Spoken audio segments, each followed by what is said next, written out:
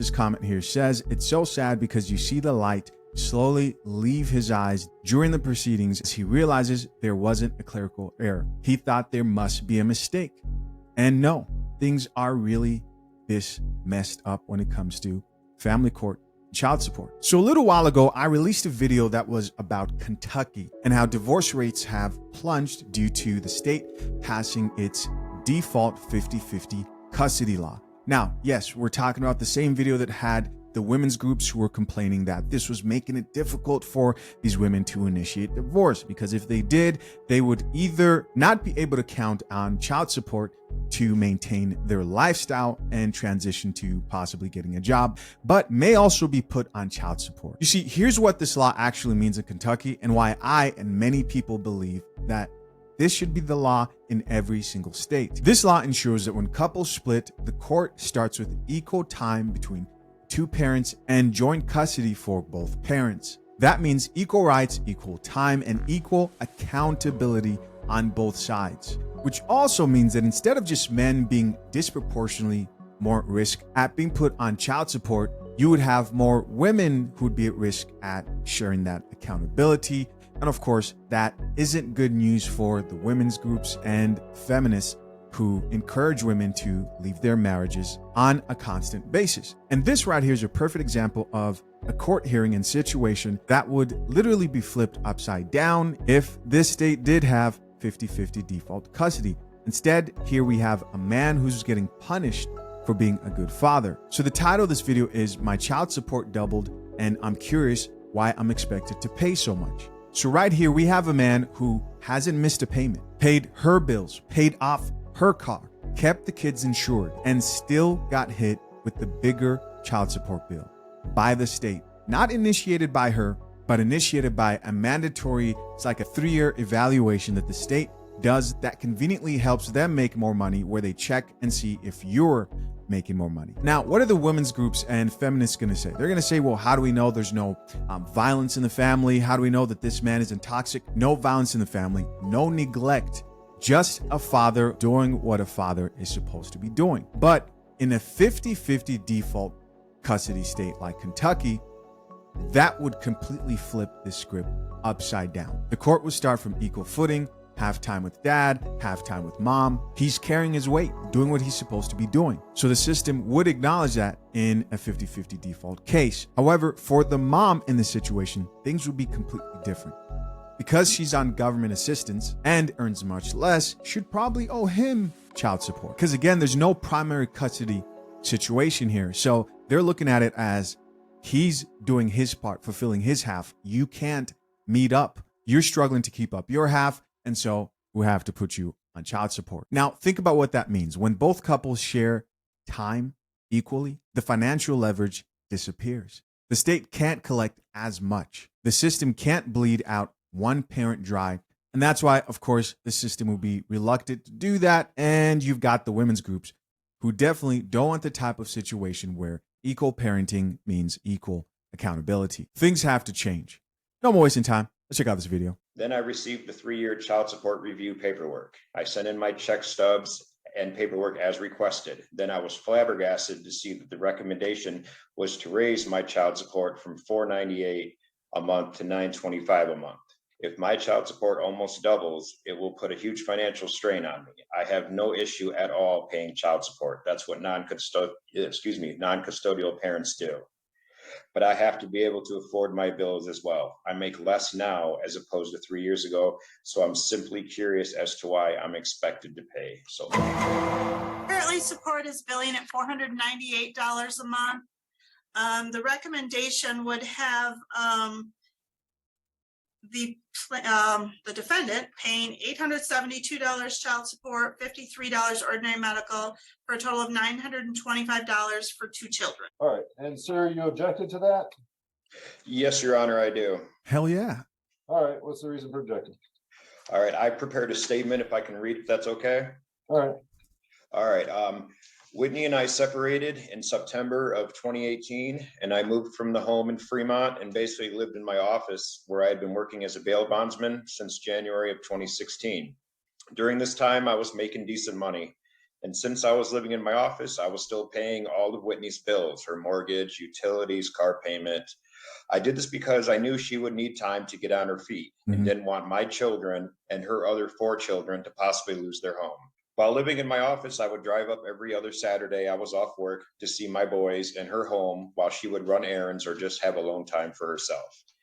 In March of 2019, I got an apartment in Comstock Park and informed her that I could no longer afford to pay all of her bills as I now had bills of my own.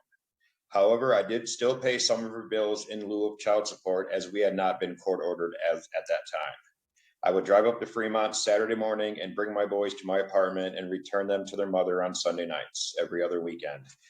We had a custody/child support hearing in February of 2020, and that is where child support was established at $495 a month. And we agreed to determine visitation schedule on our own. That has never been an issue between us. As we all know, COVID-19 happened in March of 2020 and the stay-at-home orders began. I was furloughed from my employment and was told to file for unemployment to survive. Our boys are both immunocompromised, so I stayed at home and only left to pick up my boys for visitation. This time I would get them 3 weekends in a row, and then 1 weekend they would stay with their mother. Child support was still paid and has not been an issue. Wow. Kept it up through COVID.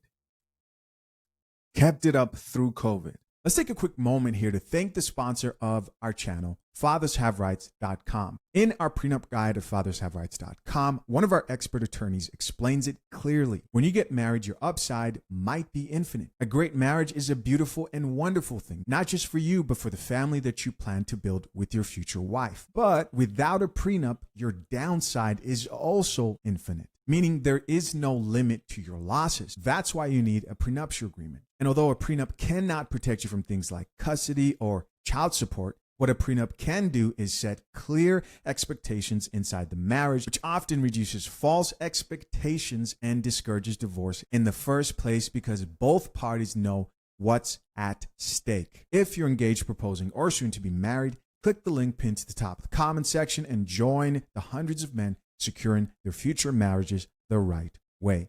Until this 3-year review. My bail bonds job never called me to come back, and in August of 2021, I started working at My Prime Logistics, which is a delivery partner for Amazon. However, my work schedule was Wednesday through Sunday, so Whitney and I changed my visitation schedule to Monday morning to Tuesday evening. In July of 2022, our boys were finally getting ready to start school for the first time. Since I had been at my job almost a year, they allowed me to switch my work schedule to Monday through Friday, so I could get our boys on Saturday morning to Sunday evening again. This schedule also allowed Whitney to work on the weekends that I had our boys while able to work while they were in school during the week. During this time, on top of child support, I was still paying some of her bills. I paid off the 2009 GMC Yukon that she drives to this day. It was in my name, but I knew this was her only mode of transportation. I signed over the title to her last month, April 2nd, 2023, to have her get it and put in her name with her own insurance, so I wasn't paying that anymore. We do have a phone plan together in her name that I also have been paying, but our phones are paid off at the end of next month, and I will be getting my own plan at that time. The internet at her house is in my name, but she has been paying that on her own. I've been trying to get all of our finances separated this year. In February of this year, I moved into my girlfriend's house as my rent skyrocketed to $995 a month at the apartment. The rent, utilities, car payment, insurance, plus a couple of Whitney's bills were taking a huge financial toll on me. I pay half the bills where I live now, but it's a much bigger place. Then I received the 3-year child support review paperwork. I sent in my check stubs and paperwork as requested. Then I was flabbergasted to see that the recommendation was to raise my child support from $498 a month to $925 a month. Currently, I gross $800 a week.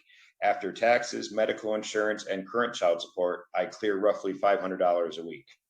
That gives me just enough to pay my half of rent, utilities, other household necessities, plus my car payment and insurance. If my child support almost doubles, it will put a huge financial strain on me. I have no issue at all paying child support. That's what non-custodial parents do. And so obviously his question here is like, why is my child support doubling? What's going on? But I have to be able to afford my bills as well. I make less now as opposed to 3 years ago. So I'm simply curious as to why I'm expected to pay so much. All right. Thank you. Ms. Evan, what income did you use for Mr. Hergenreder? He provided me the information of $20 an hour. So I used $20 an hour for 40 hours. Is that right, sir? That is correct. All right. So that's about 800 a week? Correct. All right. What were you making before when you worked for the bail bondsman? I started with a base pay of 15, and then you basically get commission based on how many people you bond out of jail. Oh, okay. Oh, really? Okay. So the overnights that were used before, you got credit for 53 overnights, it looks like, in that calculation in 2019. Ms. Evan, how many did you use currently? I used the same. Whitney reported that she had 329. And Carl reported he had 52. Of course, that adds up to more than 365. So I looked at the November 2019 order and I used that information of 312 for mom and 53 for dad. All right, sir, have your overnights changed in the last three or 4 years? It can change from time to time. Like if I have an extra day off for a holiday, then obviously I would like to spend more time with my kids. But with the hour drive difference and then being in school now and my work schedule, it's hard to stay set in a certain day. But her and I have never had an issue as far as parenting time and what we agree upon. We're free to change it if need be. We discuss that a lot. Keep in mind, guys, that it doesn't seem like there's a lot of drama and toxicity between the two of them and the mother of the children. However, still, if he did want more parenting time, which would then result in him paying less in child support, he would have to fight for that rather than how it should be, which I believe if there's no family violence and issues and that dad is responsible, not the drama that's going on between you and the significant other, because, you know, the women's groups, they want to extend and broaden the definition of what family violence is. You and your husband getting into a yelling match and you getting your feelings hurt cannot be classified as abuse. It just can't be. Let's keep listening. Yeah, I mean, I guess that's, so you were run at 500 a week before, so your income's gone up about 300 a week. So that's part of the calculation. Overnights are a big part of the calculation, and I mean, honestly, 53 is not that many. That's, you know, basically 1 out of 7 per week if you average it out over the year. A lot of non-custodial parents, if they have what we call reasonable parenting time, and we have a policy that defines that, they every other weekend, they have half of the holidays, half of the school breaks, including half the summer. They're usually run at 102, which is about twice what you're being run at. And if they can add the Sundays in on their weekends during the school year and still get the kids to school on time, then that's 120 some. That really helps reduce the child support obligation. So that's a factor. So I guess that's probably, you know, the reason that your support has gone up is because you have $300 per week more income than you had last time it was run. I don't know if her income has changed at all, but the overnights have remained static, and it's pretty low compared to what we see a lot of the time. Did you actually go through your calendar and count up how many you had over the last year, or on average over the last 3 or 4 years? I have not actually grabbed a calendar and looked. It's just how it's been since her and I split up almost 5 years ago. All right, you don't have any extended time in the summer where you take them for a week at a time, or you don't have half of the Christmas break or anything do like not. that one? I'm always at work Monday through Friday. Yeah. You know, I don't know. That might be something to look into, is having a more consistent schedule that included more overnights. Okay. I don't want to deter you from making a better wage, because, you know, But that's exactly what you're doing. He says, I don't want to deter you from making a better wage, but that's exactly what the system does. Since you make more, they take more. And practically speaking, sure, I've never been in this situation personally before, but I can name every other close friend of mine who has lived this, not just from the perspective of a parent, but also from the perspective of being the child in that situation. Children, if they're with their dad who they need, especially young men who need discipline, are going to tilt towards living with their mother because they know that their mother will be more lenient when fathers are needed, especially for young men. But kids aren't going to ask for that. They're not going to know that that's best for them. I've talked to kids who've been in custody situations and they've said, oh, I decide I want to live with my mom because my dad has too many rules. And so I can observe that you have that going against you as well as a man. And then just the natural point about consistency. If they've been consistently living with the mom and that's been established as home, then it's probably a tough transition to get equal time in both places. If it starts out that way, of course, things would be different. We do, and even if your support went up $300 or $400 a month, you're still making $1,200 a month more than you were. So it's not all. You still have more disposable income. Okay. I don't know. Ms. Hergenreder isn't here. Do you know if what her thoughts were on the support obligation? Did you talk to her about it at all or not? We have not. She never brought it up to me. I didn't bring it up to her. I just felt it was better just to save it for the court and not kind of get into any sort of out of court legalities. Makes sense. Yeah, she would have gotten the same paperwork that you got and been notified to appear. She does have the kids on Medicaid and food assistance, so the income in her house is low enough where she qualifies for those things. And that usually triggers a requirement that the court follow the recommendation from the child support guideline and setting support. I could adjourn this a little bit. I guess if you want to take some time and talk to her about it and see if you guys can come up with a different parenting time schedule. You can go talk to her and see if she'll turn down some free money. The parenting time overnights could be updated based on that agreement.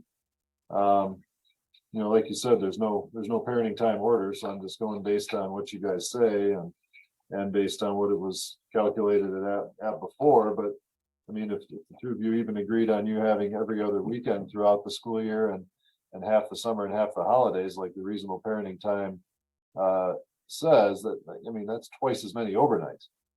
I guess just having real quick, just plug in 102 overnights and see what that does to the bottom line, as they say. So that would reduce support to a total of 847 a month. Also, it doesn't do a lot. Huh? Takes it down about $80 a month. Jeez. I mean, there's a huge difference between mom's income and dad's. She reports $13 an hour for 18 hours a week. So I ran her at that. Then I added 22 hours of minimum wage so that she had a total of 40 because she had no indication of why she didn't work full time. So I also assume part of the reason why that didn't bring it down much is the system, the court leans towards the person financially in their favor, who not only has majority physical custody, but who also has majority legal custody. Having joint legal custody means that the both of you are making big decisions about those children together.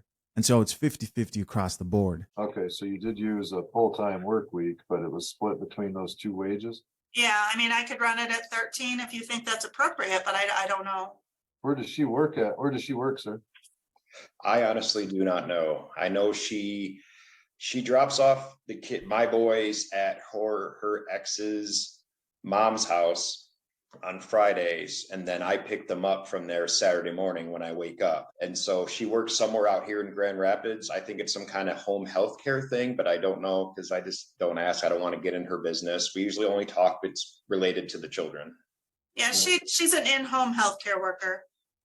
Yeah, I would run her at the 13 an hour for the 40 hours at the very least, but that's the reported wage. Without her testimony as to whether more hours are available at that rate or what the reasons are for not working more hours, I would certainly run her at the wage that she earns at full time. See what that is. Not a lot. 828 is the total support. All right, so I guess that's about $100, sir. But unless you, I don't know. I guess it's the income. The amount of time. I guess if you've had this job for a while, you've been paying a lesser amount for some period of time when you were making. So the state system still has him paying as much as they possibly can. Are you surprised? Drink the coffee, it'll make you feel better. Are you surprised, right? Where they plug in their numbers, it just shoots out the same number that screws over the father, the good dad here in this situation. The higher wage, and we don't go back in time usually and change support. We change it effective the date that the review was initiated or a motion was filed. All right, but I'll use that figure with the running mom at her full-time at her wage, $828 per month, and That is with 102 overnights. Do you want it back? oh no, we got to use the 53 overnights Yeah. at this point. If you I change forgot.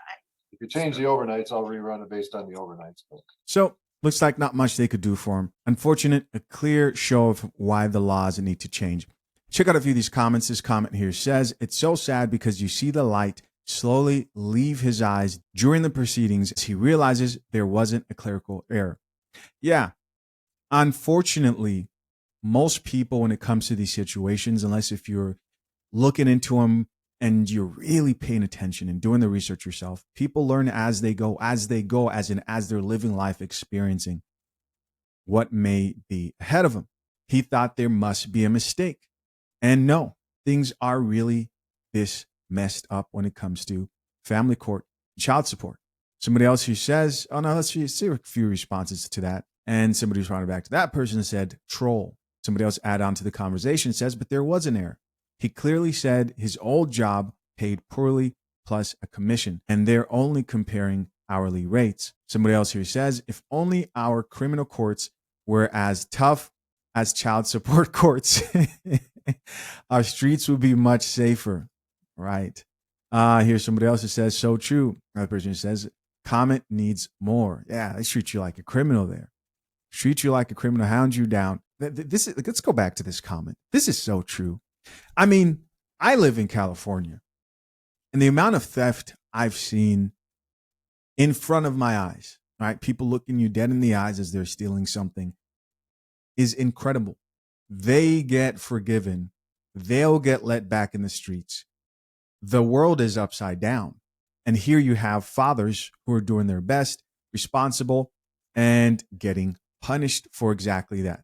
Somebody else here added he needs to stop being a nice guy, stop paying all those bills for her that are not included in the child support. I get where this comment is coming from. However, I do think that it's easy to say that either once you've gone through this and you're just like, I did everything I could, or if you're on the outside looking in and you're not dealing with the stories being told about like, oh, we're struggling, your kids, they're going through this, they're going through that. Will he do that again? Probably not. Probably not. It seemed like a learning lesson for him. And he probably maybe thought that they would take that into consideration. Like this commenter here responded back and said, note how the judge gave no consideration on his charitable payment to her. It's completely formulaic and based off his income at the time a support order is entered. It seems like in these type of situations, the only person who will acknowledge your good deeds is God. Or maybe you have a really good co-parent who's showing thanks. But to see that actually play out, there will need to be a reform to family court laws. Here's another commenter who says, where are all the good men at? They're gone. You did that. Here's somebody else who says the court needs to stop looking at dads as cash cows, especially the dads who want to be in their kids' lives as much as they can. Yeah, this is a perfect example of that.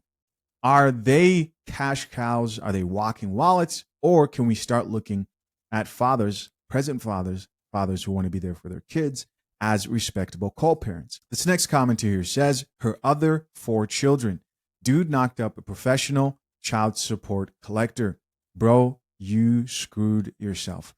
Hey, may this be a lesson, right? May this be a lesson to men. I think when it comes to how to limit your losses in these type of situations, though you may not be able to legally protect yourself from paying too much child support, you can definitely limit. You're going to lose, right? Because failed marriage is a loss to a degree.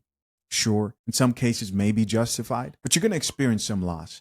And definitely picking a woman who's out to make your life a living hell, spread lies about you, has bad moral character, can make things go from a bad experience to utter hell. So protect your seas, gentlemen, and move with caution. I actually believe that things will change as time goes on. Hey guys, as always, I appreciate you checking out yet another episode of the Coffee Pod. To my currently engaged or soon to be married men, if you need a prenup and would like a guide that shows you how to get a solid and legally binding prenuptial agreement, hit the link pinned to the top of the comment section and access your guide at fathershaverights.com today.